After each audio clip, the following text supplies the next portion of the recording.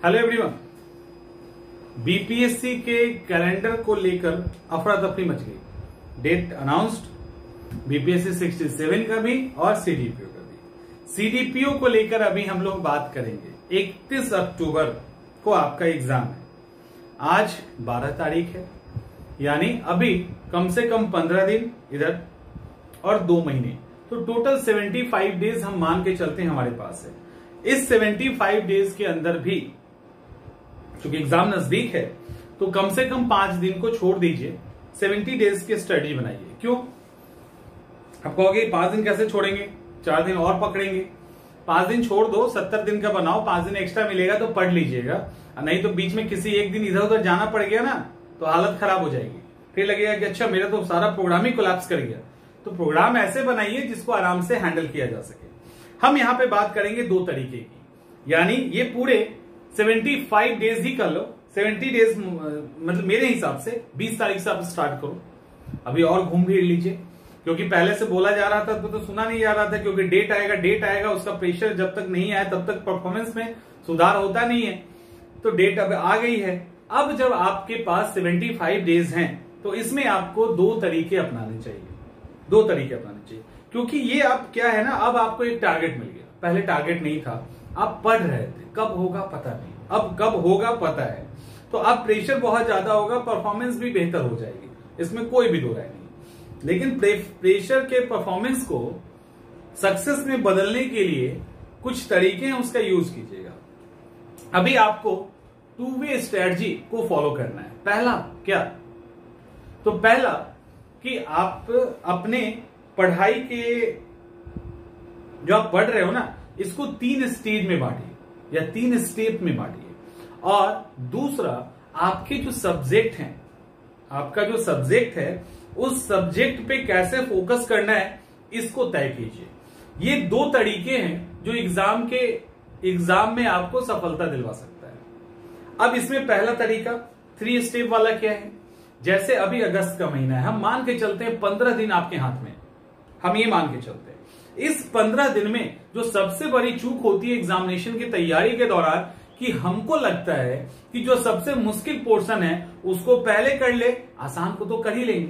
नहीं, ये एक सही तरीका नहीं है। वैसे कोई तरीका एकदम सही गलत नहीं होता, बट ये एकदम इफेक्टिव तरीका नहीं है। इफेक्टिव तरीका ये है कि आपको जो सबसे आसान लगता है, जो सबसे इजी आपको लगता है कि इतिहास में आप मास्टर हैं, आपको लगता है कि आप फिजिक्स में मास्टर हैं, जिस सब्जेक्ट के जिस चैप्टर में आपको लगता है कि वो चैप्टर हमारे पकड़ में है, हम जब चाहे उसको तैयार कर सकते हैं, तो छोड़ दीजिए जब चाहे को, और अगस्त के 15 दिन में आप अपने सारे कंफर्ट जोन को पूरी तरह से तैयार कर लीजिए। ये है आपका पहला स्टेप। यानी पहले स्टेप में आपने जहां पे जितना ही एरिया है, ये नहीं कि पूरा, जितना ही आपका कंफर्ट जोन है, जहां इसको आप पूरे अच्छे से कर सकते हो, उसको इस 15 दिन में कर लीजिए और आप कर सकते हैं। ठीक। अब सेकेंड महीना आएगा कौन सा? सितंबर का। उस पूरे महीने में सेकेंड लेवल पे जाइए। सेकेंड लेवल में क्या है? सेकेंड लेवल में जो आपने पूरी तरह से कर रखा है उसको अभी रोक दीजिए। जो एकदम से आपको लगता है मुश्किल है लेकिन एग्जामिनेशन के लिए बहुत ही इंपॉर्टेंस रखता है, लाइक मॉडर्न हिस्ट्री, साइंस वाले को दिक्कत लग सकता है, साइंस पोर्शन हिस्ट्री वाले को दिक्कत लग सकता है। तो जिसको जहां जिस जैसे हिस्ट्री वाले को ही एंशिएंट हिस्ट्री में दिक्कत लग सकती है, तो जिसको जहां दिक्कत हो रही है उस दिक्कत को सितंबर के महीने में दूर कर दो। क्लियर? सितंबर में एकदम से उसको दूर कर लीजिए, और जब सितंबर में उसको दूर कर लेंगे तब आपके पास पूरा 30 दिन अक्टूबर का बचेगा। और जब वो 30 दिन अक्टूबर का बचेगा, उसके दौरान स्टार्टिंग से ही करंट अफेयर से बात करेंगे। स्टार्टिंग से ही आपके जो बहुत ही कंफर्ट जोन वाले चैप्टर हैं उनको रिवीजन डेली करते रहिए। जो एकदम कंफर्टेबल जहां पे नहीं है उसको अच्छे से प्रैक्टिस कीजिए। और तीसरा, वो चीज खोजिए तीसरे महीने में जो आपको लगता है कि इसके कारण इतना सारा जो 1.5 महीने हमने मेहनत किया है वो पानी में मिल सकता है, यानी वो बर्बाद हो सकता है। वो कौन सा इलाका एरिया है? अच्छा, ये पर्टिकुलर चैप्टर, ये पर्टिकुलर सब्जेक्ट, यहाँ के किसके कारण हमको एग्जाम में दिक्कत हो सकती है, क्योंकि आपने इजी पोर्शन कमांड कर लिया, टफ पोर्शन कमांड कर लिया, तो अब भी वो फैक्टर हो सकता है जो आपको एग्जाम में फेल करवा दे। तो अब अक्टूबर के महीने में ढूंढिए कि भाई इतना सारा तो हमने कर लिया, अब क्या बचा है जिसके कारण फेल होने की संभावनाएं हैं। तो जो फेल होने की संभावनाएं है उसको ढूंढिए और उसको ढूंढ के उसको समाप्त कीजिए। ठीक है, तो ये एक तरीका है कैसे स्टेप बाय स्टेप एग्जाम की तैयारी का। दूसरा तरीका, ये पहले में आपको ऐसे करना है, दूसरे में आपको क्या करना है, दूसरा जो तरीका है वो सब्जेक्ट वाइज। सब्जेक्ट वाइज क्या, सब्जेक्ट वाइज का मतलब ये है कि आपकी जिस सब्जेक्ट पे बहुत अच्छी पकड़ है, जैसे आर्ट्स वालों का आर्ट्स पे साइंस पे कम है, साइंस वालों का साइंस पे आर्ट्स पे कम है, आर्ट्स में भी हिस्ट्री पे उनको दिक्कत होती है बेसिकली, ज्योग्राफी इकोनॉमिक्स पॉलिटी में दिक्कत नहीं होती। तो जिस पोर्शन में आपका कमांड बहुत ज्यादा है उसको बहुत ही ज्यादा इंपॉर्टेंस देके उसको बहुत मजबूत कर लीजिए, इतना मजबूत कर लीजिए कि एक आध क्वेश्चन से ज्यादा गलती होने के चांसेस ही ना रहे। तो उससे क्या होगा कि आपका जो आसान पोर्शन है वही आपको बहुत आगे तक लेके चला जाएगा। उसके बाद जहां आप कंफर्ट नहीं है या जो आपका मुश्किल पोर्शन है उसको थोड़ा थोड़ा करके तैयार करते चलिए। जब आसान पोर्शन तैयार करते रहेंगे ना उस दौरान उसको भी थोड़ा थोड़ा करके तैयार करते चलिए। तो इससे क्या होगा, वहां पर भी आप अच्छा खासा क्वेश्चन सॉल्व करने की स्थिति में हो जाएंगे। तो जो आपका एकदम से मजबूत पोर्शन है वो तो मजबूत हो गया, और जो थोड़ा कमजोर भी था, जहां पे आपका इंटरेस्ट नहीं भी था, क्योंकि आपने पहले स्टेज में इसको मजबूत कर लिया है जो आपका आसान है, तो सेकेंड स्टेज में आप जो भी अनकंफर्ट सिचुएशन वाला सब्जेक्ट है जो आपको लगता है दिक्कत हो सकती है उसको आप कर लेंगे।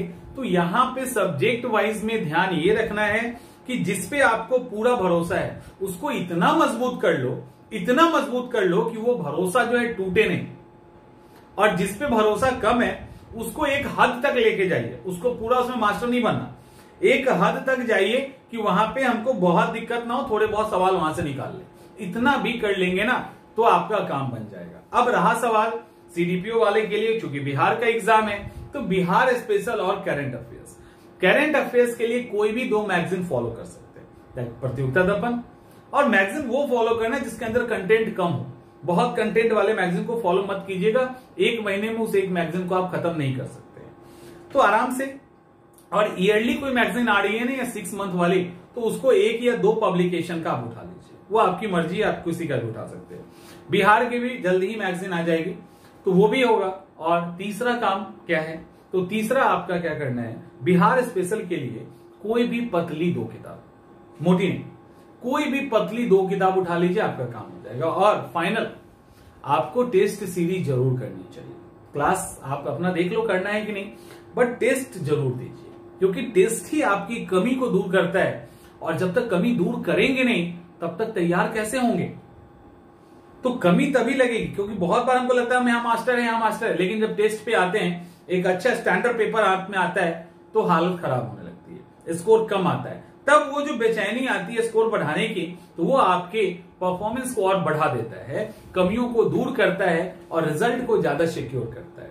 तो ये तरीके हैं जिसको आप इस 75 डेज में फॉलो कीजिए, धीरे धीरे आप बढ़ जाएंगे। ज्यादा किताब पढ़ने की जरूरत नहीं है, पॉइंट्स में नोट्स जो आपने बना के रखा है उसको कीजिए। थोड़े बहुत किताब को भी देखिए, लाइक मॉडर्न हिस्ट्री में राजीव बहेड़ की किताब देख लीजिए, महेश मनवाल की किताब ज्योग्राफी में देख लो, इकोनॉमिक्स में प्रतियोगिता दर्पण का सप्लीमेंट्री भी चलेगा, ठीक है। और क्या है, पॉलिटी के अंदर लक्ष्मीकांत साहब हैं ही हैं, तो इसको देखिए। बाकी सब आपको लुसेंट और नोट्स वोट्स जिस किसी का भी आपने रखा हो या आपने बनाया हो उसको फॉलो कीजिए, काम हो जाएगा। तो लगता है कि होपफुली कि आपको समझ में आ गई होगी चीजें, आप इसको करो, बहुत जल्दी रिजल्ट और अच्छा रिजल्ट नजर आएगा। चलिए मिलते हैं अगले वीडियो में।